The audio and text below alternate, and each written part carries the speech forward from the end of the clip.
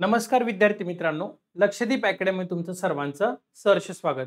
मित्रांनो, आज आपण YouTube चॅनलला आपल्या पोलीस भरतीला विचारले गेलेले महत्त्वाचे जीकेचे 25 प्रश्न बघणार आहेत. किती बाळांनो?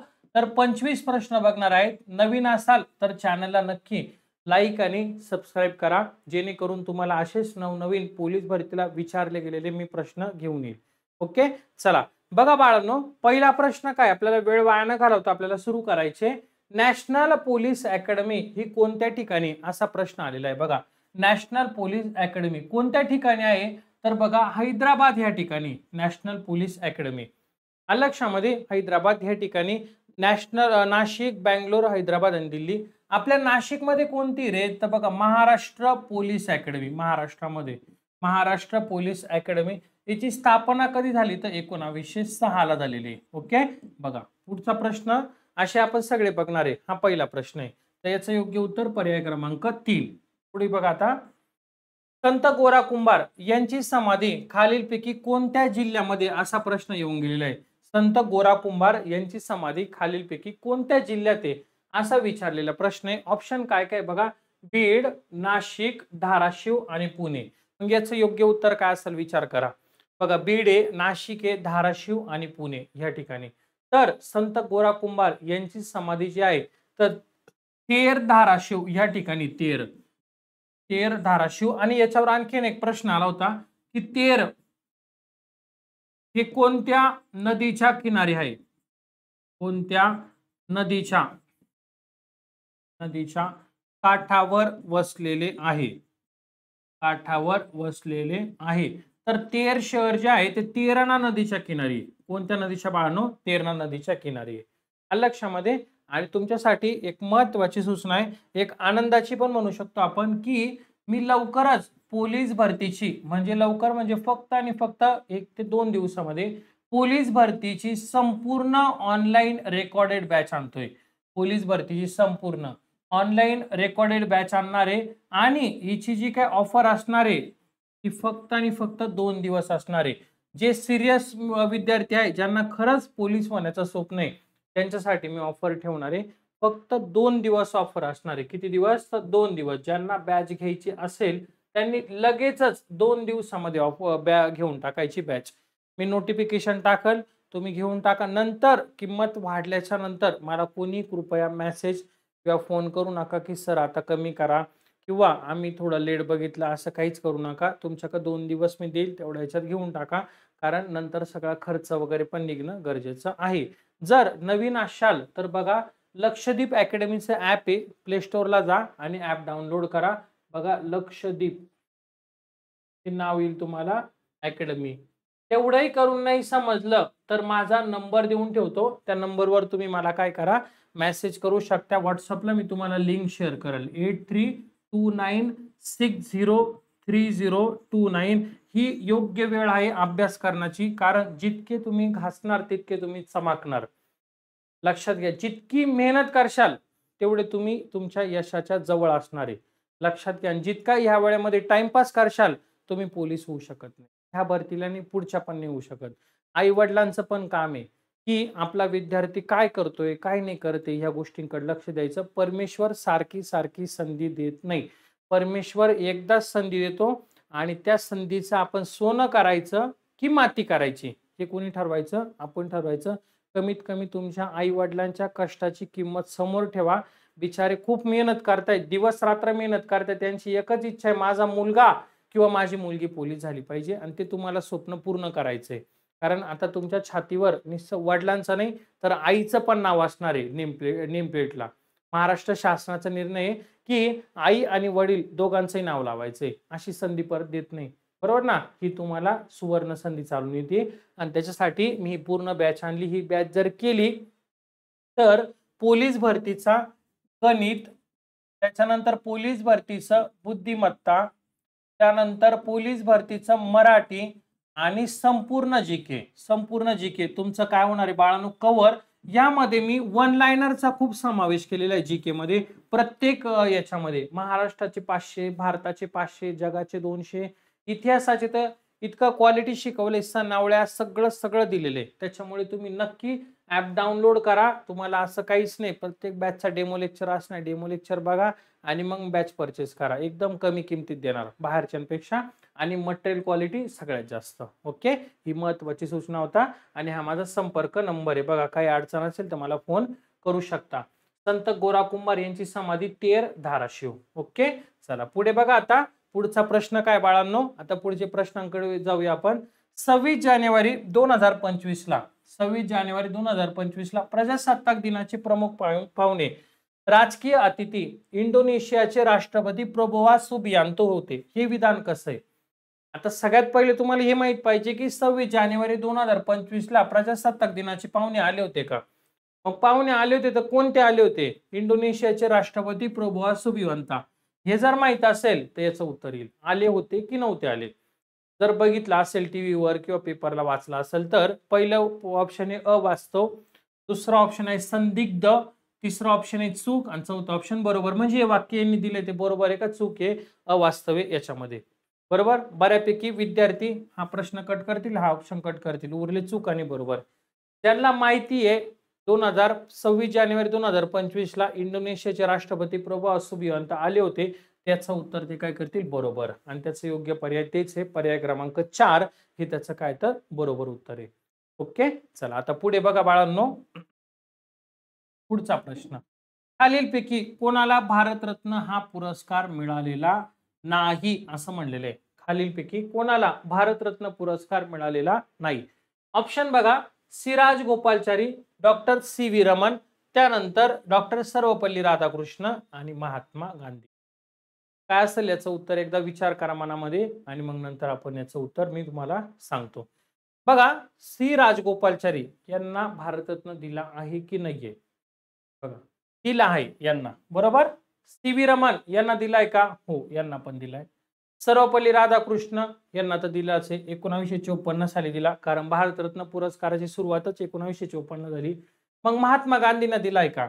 नाही, महात्मा गांधींना भारतरत्न पुरस्कार दिलेला नाही. पर्याय क्रमांक 4. याच्यामध्ये महत्वाचा प्रश्न की भारतरत्न पुरस्काराची सुरुवात केव्हा झाली? तर 1954 ला झाली. भारतरत्न पुरस्काराची सुरुवात काय झाली बाळांनो? तर 1954. ओके, चला पुढे बघा. आता खालीलपैकी कोणती नदी पश्चिम वाहिनी आहे असं म्हटलंय? खालीलपैकी पश्चिम वाहिनी म्हणजे काय? हे बघा, ही झालं पश्चिम दिशा, ही झाली पूर्व दिशा. ओके, पश्चिमेला काय तर अरबी समुद्र, त्यानंतर पूर्वेला काय तर बंगालचा उपसागर. पहिले हे समजून घ्या, बंगालचा उपसागर. ओके, मग इथं अरबी समुद्र. ज्या नद्या पश्चिम दिशेला वाहतात त्यांना म्हणायचं पश्चिम वाहिनी, ज्या नद्या पूर्वेला वाहतात त्यांना म्हणायचं पूर्व वाहिनी. बरोबर ना? आता गोदावरीचा प्रवाह आहे, हा गोदावरी त्र्यंबकेश्वरी तर उगम झाली का पूर्वेला जाते, पूर्वेच्या दिशेला, तिला म्हणायचं पूर्व वाहिनी नदी, म्हणजे बंगालच्या उपसागराला जाऊन मिळते. शेवटी त्र्यंबक पासून निघाली का. कावेरी पण पूर्ववाहिनी नदी आहे, सेम आहे. कृष्णा नदीची प्रमुख उपनदी आहे कावेरी, तर कृष्णा नदीची प्रमुख उपनदी. मग ह्या दोघींचा प्रवास कुठे आहे तर बंगालच्या उपसागराला. गोदावरी, कृष्णा, आणि कृष्णाला ही काय तर उपनदी, त्याच्यामुळे ही त्याच्यामध्ये विलीन झालेली. मग उरला काय तर नर्मदा. नर्मदा मात्र अशी आहे का नर्मदाचा प्रवास असा चालू होतो पश्चिम वाहिनी. नर्मदा काय बाळांनो तर पश्चिम वाहिनी मध्य प्रदेश राज्यातून येते. म्हणून खालीलपैकी कोणती पश्चिम वाहिनी नदी असं जर विचारलं तर पर्याय क्रमांक 4 हे त्याचं काय तर योग्य उत्तर आहे. ओके, मी तुम्हाला ऑप्शनचं सुद्धा अनालिसिस करून देतोय का तर तुम्हाला समजलं पाहिजे. पुढचा प्रश्न, कोणत्या देशातील युद्धजन्य परिस्थितीतून भारतीयांना मायदेशी आणण्यासाठी ऑपरेशन कावेरी राबवलं होतं? म्हणजे एक असा देश आहे ज्याच्यामध्ये युद्धजन्य परिस्थिती झाली होती आणि त्या परिस्थितीमध्ये आपल्या भारतीयांना आपल्या भारतात परत आणायचंय. मग त्यासाठी ऑपरेशन राबवलं, त्याला काय नाव दिलं? कावेरी. मग कोणता देश आहे? रशिया, युक्रेन, सुदान आणि जर्मनी. तर सुदान देशामध्ये युद्धजन्य परिस्थिती झाली होती, मग तिथं ऑपरेशन कावेरी राबवलं आणि आपल्या भारतीयांना म्हणे चला परत आपल्या आपल्या भारतात या. ऑपरेशन कावेरी कोणतं तर ऑप्शन क्रमांक 3 म्हणजे सुदान. ओके, चला पुढे बघ बाळा. संपूर्ण ई प्रशासन साध्य करणारं पहिलं राज्य कोणतं? संपूर्ण ई प्रशासन साध्य करणारं पहिलं राज्य गोवा, कर्नाटक, महाराष्ट्र आणि केरळ म्हणजेच पर्याय क्रमांक 4 हे त्याचं योग्य उत्तर आहे. संपूर्ण ई प्रशासन साध्य करणारे हे काय तर पहिलं राज्य आहे. कोणतं तर केरळ राज्य. ओके, चल हा प्रश्न बघू आपण. जिथं लॉजिक आहे ना हे डायरेक्ट पाठच करायचे, तिथं काही हे नाहीये. आणि जिथं आता तुम्हाला ॲनालिसिस करता येईल तिथं आपण ॲनालिसिस करणार आहे. आलं लक्षात? उगाच काहीतरी काहीतरी सांगायचं नाही. कर्नाटकची राजधानी बंगळुरू असं काही नाही. जिथं लॉजिक बसणार आहे तिथं करू की ॲनालिसिस. बघा आता 52 दरवाजांचं शहर कोणतं आहे? 52 जिथं ज्या शहराला किती दरवाजे? 52 दरवाजे असं शहर कोणतं आहे 52 दरवाजांचं त्याला ओळखलं जातं? छत्रपती संभाजीनगर, पुणे, बावनबीर आणि दिल्ली. बघा दिल्ली तर नाहीये, दिल्ली भारताची राजधानी आहे. ओके, हे तर नाहीये, महाराष्ट्रामधलं आहे. त्याच्यानंतर बावनबीर म्हणजे बुलढाणा जिल्हा हा पण नाहीये आणि पुणे ही महाराष्ट्राची काय सांस्कृतिक राजधानी किंवा इथं दरवाजे वगैरे पण नाहीये. मग उरलं काय? छत्रपती संभाजीनगर. छत्रपती संभाजीनगर हे काय तर तुमचं 52 दरवाजांचं शहर म्हणून ओळखलं जातं. लक्षात घ्या, पर्याय क्रमांक 1 त्याचं योग्य उत्तर आहे. पुढचा प्रश्न, पॅरिस ऑलिम्पिक मध्ये 2024च्या कधी पण येऊ शकतो. पुढच्या जवळ ऑलिम्पिक येत नाही तोवर प्रश्न येऊ शकतो, त्याच्यामुळे तुम्हाला ते करूनच ठेवू नये. पॅरिस ऑलिम्पिक 2024 मध्ये भारताला किती पदके मिळाली? भारताला किती पदके मिळाली? बघा 0 सुवर्ण, 1 रौप्य, 5 कांस्य. त्याच्यानंतर 1 सुवर्ण, 4 रौप्य, 2 कांस्य, 4 सुवर्ण, 1 रौप्य, 2 कांस्य आणि यापैकी नाही. यापैकी नाही. आता जर तुम्हाला ऑप्शन वरून जर उत्तर काढता येत असेल तर एकदम सोपं. एक लॉजिक लक्षात ठेवायचं एकच. भारताला एक पण सुवर्ण पदक मिळालेलं नाही. बघा पॅरिस ऑलिम्पिक मध्ये हे आपल्यासाठी दुःखद आहे. कारण एवढा मोठा भारत आहे आणि त्याच्यामध्ये एक पण सुवर्ण नाही बाळांनो. बघा सुवर्ण पाहिजे की नाही? एवढी मोठी आपली लोकसंख्या आहे भारताची, त्याच्यामध्ये एक तरी सुवर्ण पाहिजे. पण हरकत नाही, ती स्पर्धा आहे, त्याच्यामध्ये मी काही जास्त डिस्कस करू शकत नाही. एक लक्षात ठेवा ज्याला माहिती त्यांनी, का भारताला एक पण सुवर्ण मिळालं नाही म्हणजे 0 सुवर्ण. बाकी पुढच्या प्रश्नाची गरज नाही. 1 रौप्य आणि 5 कांस्य याच्यावरनच उत्तर निघते. पर्याय क्रमांक 1.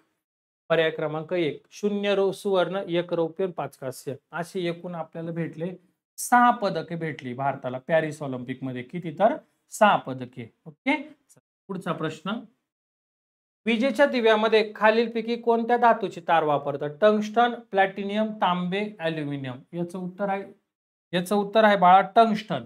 विजेच्या दिव्यामध्ये टंगस्टन वापरतात. पाठ करून ठेवायचं, खूप वेळा रिपीट झालेला प्रश्न आहे. ओके, चल पुढचा प्रश्न, नोबेल पुरस्कार खालीलपैकी कोणत्या विषयाकरता दिला जातो? भौतिकशास्त्र, रसायनशास्त्र, साहित्यशास्त्र आणि यापैकी सर्व. यापैकी सर्व हा चौथा पर्याय. बघा भौतिकशास्त्र, रसायनशास्त्र, साहित्य आणि यापैकी सर्व. तर नोबेल पुरस्कार भौतिक मध्ये दिला जातो, रसायनमध्ये दिला जातो आणि साहित्यामध्ये पण दिला जातो. म्हणजे पर्याय क्रमांक 4 हे त्याचं योग्य उत्तर आहे. यापैकी सर्व. ओके, पुढे बघा, पाण्यामध्ये कोणते घटक राहतात? पाण्यामध्ये oxygen, hydrogen, oxygen, carbon dioxide, hydrogen आणि ऑक्सिजन आणि नायट्रोजन. तर पाण्यामध्ये बाळा ऑक्सिजन आणि हायड्रोजन असे दोन्ही घटक राहतात. पाण्यामध्ये काय तर ऑक्सिजन आणि हायड्रोजन असे दोन्ही पण घटक असतात. H2O म्हणतो आपण त्याला. पुढे बघ, महाभारतामध्ये आता म्हणजे सर इकडं कुठे गेले महाभारतामध्ये? मी नाही गेलो. पोलीस भरतीला विचारला गेलेला प्रश्न आहे हा. मी कशाला जाऊ? बरोबर ना, महाभारतात मी कशाला, काही काम नाही ना आपलं. जे येतं ना, मी हेच सांगतो मुलांना की तुम्ही सगळ्यात जास्त PYQ करा. PYQ जेवढे करणार ना तेवढे तुमचा पेपरचा स्कोर वाढणार. तेवढा स्कोर वाढणार. म्हणून मी बॅचमध्ये 500 वन लाईन टाकले. का? असा मार्क येऊ दे माझ्या विद्यार्थ्याला, नाही तर असा फिरून येऊ दे, मार्क आला पाहिजे. हे आपलं इंटेन्शन आहे. कसा येऊ दे, मार्कच गेला नाही पाहिजे. मग बघ, महाभारतातील धृतराष्ट्र होता, या राजाच्या पत्नीचं नाव काय होतं? या राजाच्या पत्नीचं नाव काय होतं? कुंती, माधुरी, गांधारी, हिंडिबा. बघा कुंती तर नाहीये, माधुरी पण नाहीये, हिंडिबा बी नाही, गांधारी. धृतराष्ट्र राजाच्या पत्नीचं नाव. सर तुम्हाला कसं माहिती? बाळा मी याच्यामध्ये बघितलं ना, पुस्तकात वाचलं. महाभारत नाही पण पुस्तकात वाचलं की पोलीस भरतीला विचारलं गेलेलं, म्हणून त्याचं उत्तर काय तर गांधारी. ओके, चल पुढचा प्रश्न, भारतात पोलीस स्मृती दिन कधी पाळला जातो? भारतामध्ये पोलीस स्मृती दिन कधी असतो? 15 जानेवारी, 1 मे, 21 ऑक्टोबर, 15 ऑगस्ट. याचे योग्य उत्तर आहे 21 ऑक्टोबर. पर्याय क्रमांक 3 इथं असतं पोलीस स्मृती दिन. पोलीस स्मृती दिन असतो. तर पुढचा प्रश्न बघ. डायबिटीज मधुमेह विकाराच्या व्यक्तीच्या रक्तातील कोणता घटक नियंत्रणात राहत नाही, म्हणजे तो नियंत्रणातच राहत नाही. ज्याला डायबिटीज आहे ना, त्याच्या मधुमेह झालाय. डायबिटीज म्हणजे मधुमेह विकाराच्या व्यक्तीच्या रक्तातील कोणता घटक आहे जो नियंत्रणात राहत नाही? प्रथिने, कोलेस्ट्रॉल, शर्करा, हिमोग्लोबिन. तर त्याला म्हणायचं शर्करा म्हणजे साखर. शर्कराच. शर्करा म्हणजेच काय बाळांनो? साखर नियंत्रणात राहत नाही. फक्त त्यांनी साखर न देता विज्ञानाचं नाव दिलंय शर्करा वगैरे. ओके. पुढे बघ आता. दहशतवाद संबंधित गुन्ह्याचा तपास करण्यासाठी विशेषरित्या तयार करण्यात आलेली यंत्रणा कोणती? बघा, सीआयडी, सीबीआय, एनआयए, त्याच्यानंतर रॉ. बघा, सीआयडी, सीबीआय, त्याच्यानंतर एनआयए आणि रॉ. ओके. आता तुमचे दोन ऑप्शन काय करायचंय? दहशतवाद जे आहे, दहशतवाद संबंधित गुन्ह्यांचा तपास करायचा आहे, जे काय असतील ते. असं आपल्या भारतामध्ये दहशत होऊन द्यायचा नाही. मग त्यासाठी एखादी संस्था पाहिजे, एखादी यंत्रणा पाहिजे. मग सीआयडी नाहीये, सीबीआय नाहीये. रॉचं काम काय रे? रॉचं रिसर्च अँड अनालिसिस विंग. पूर्ण भारतामध्ये रॉचा full form research and analysis wing. मग दहशतवादी गुन्ह्यांचा तपास कोण करतं? तर एनआयए, नॅशनल इन्व्हेस्टिगेशन एजन्सी. लक्षात ठेवा, एनआयए ही काय करते? दहशतवाद संबंधी गुन्ह्याचा तपास करते. म्हणून पर्याय क्रमांक 3 हे त्याचं काय तर योग्य उत्तर आहे. ओके. चल पुढे बघ आता. पुढचा प्रश्न. शेतकऱ्यांचे आसूड हा ग्रंथ कोणी लिहिला? शेतकऱ्यांचे आसूड हा ग्रंथ राजू शेट्टी, ज्योतिबा फुले, डॉक्टर बाबासाहेब आंबेडकर, महात्मा गांधी.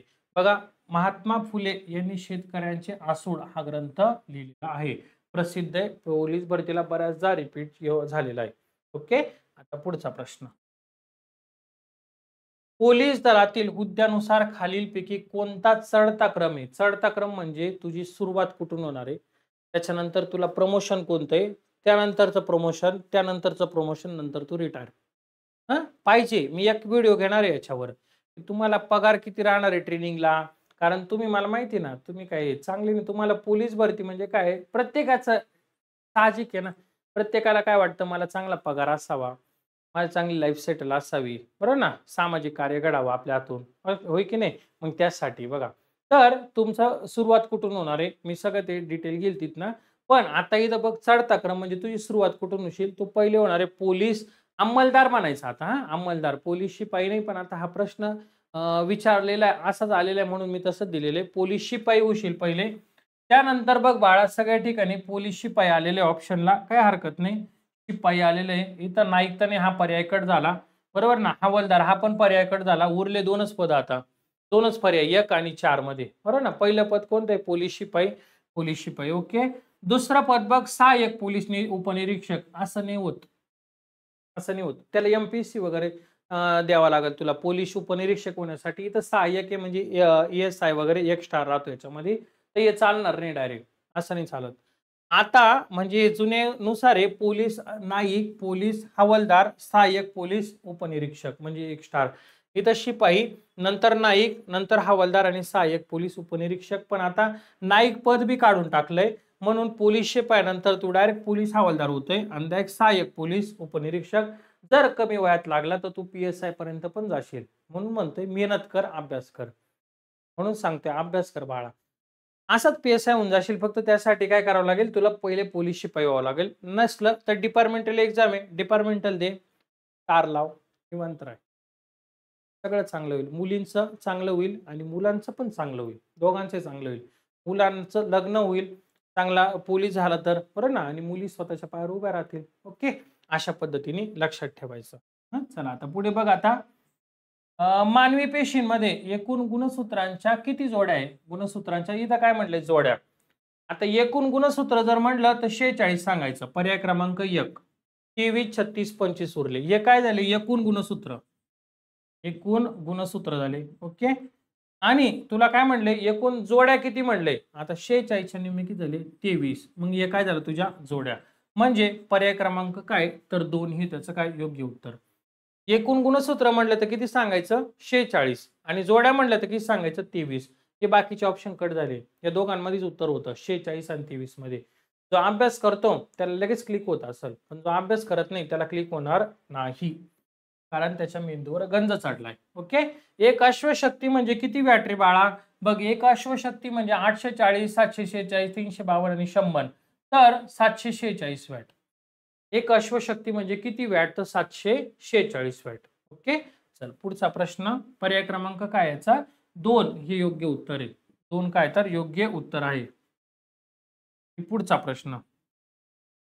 त्र्यंबकेश्वर येथे कोणत्या नदीचा उगम झालाय?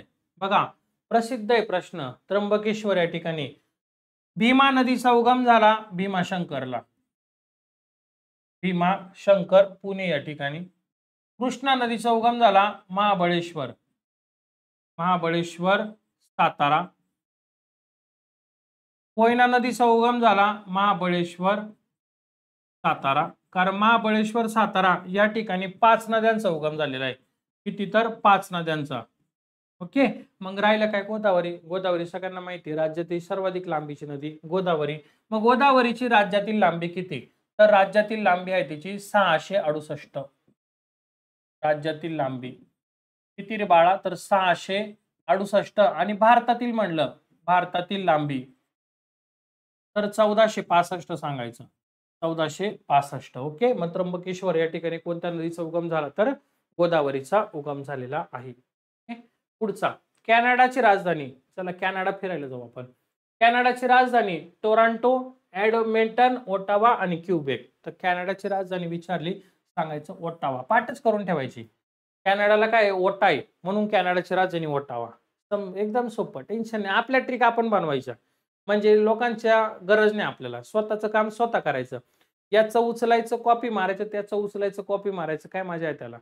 स्वतःचं बनवा की काहीतरी अस्तित्व. बरोबर आहे की नाही? मग कॅनडाची राजधानी काय बाळा? ओटावा. म्हणजे स्वतःची ट्रिक स्वतः बनवली आपण जागेवर. ओटा आहे तिकडे जास्त म्हणून. हा, चल पुढे बघ आता.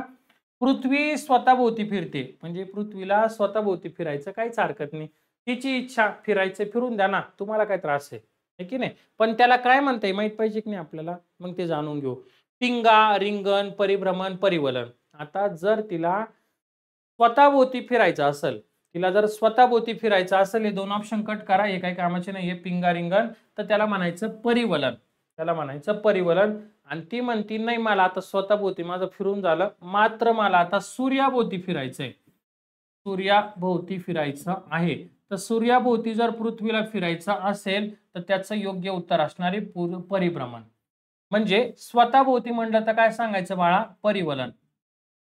स्वतःभोवती परिवलन. आणि सूर्याभोवती म्हणलं तर परिभ्रमण म्हणायचं. सूर्याभोवती परिभ्रमण. ओके. आता पुढचा शेवटचा प्रश्न. हा प्रश्न काय बघ. खालीलपैकी कोणी पीपल्स एज्युकेशन सोसायटीची स्थापना केली? खालीलपैकी कोणी पीपल्स एज्युकेशन सोसायटीची स्थापना केली? याचे पर्याय बघ. डॉक्टर बाबासाहेब आंबेडकर, पंजाबराव देशमुख, भाऊसाहेब हिरे आणि कर्मवीर भाऊराव पाटील. याचं जे काय उत्तर असेल ते कमेंट मध्ये फेकून मारायचं. हा, म्हणजे मला समजेल, मी तुम्हाला सांगितले बरोबर आहे की नाहीये. चुकीचं असेल तर चुकीचं, बरोबर असेल तर बरोबर. हा, नक्की. आणि जर कमेंट केल्या तरच असे पुढचे 25 प्रश्न घेऊन येईल. अन्यथा मग मी समजेल की तुम्हाला गरज नाहीये. असे अनालिसिसची वगैरे तुम्ही तुमच्या पद्धतीने कंटिन्यू करू शकता. मी जे आहे ते तुमच्यासाठी करतोय. तुम्हाला योग्य वाटतंय, अयोग्य वाटतंय, मला नक्की कमेंट करून सांगा. याचं उत्तर तुम्हाला काय करायचंय? कमेंट करायचंय. एक तो ऑप्शन किंवा नाव करा. डॉक्टर बाबासाहेब आंबेडकर, पंजाबराव देशमुख, भाऊसाहेब हिरे, कर्मवीर भाऊराव पाटील. ओके. आता आपण इथंच थांबतोय. जर तुम्हाला व्हिडिओ आवडला असेल तर मला नक्की सांगा. मी असेच नवनवीन तुमच्यासाठी 25-25 प्रश्नांचं एक सिरीज, 20 ते 25 प्रश्नांचा सिरीज आपण सुरू करू शकतो. ओके. आता आपण इथंच थांबतोय. नवीन असाल तर नक्की लाईक आणि सबस्क्राईब करायला विसरू नका. आणि ॲप डाउनलोड करा. जास्तीत जास्त विद्यार्थ्यांपर्यंत हा व्हिडिओ शेअर करा. चलो, धन्यवाद.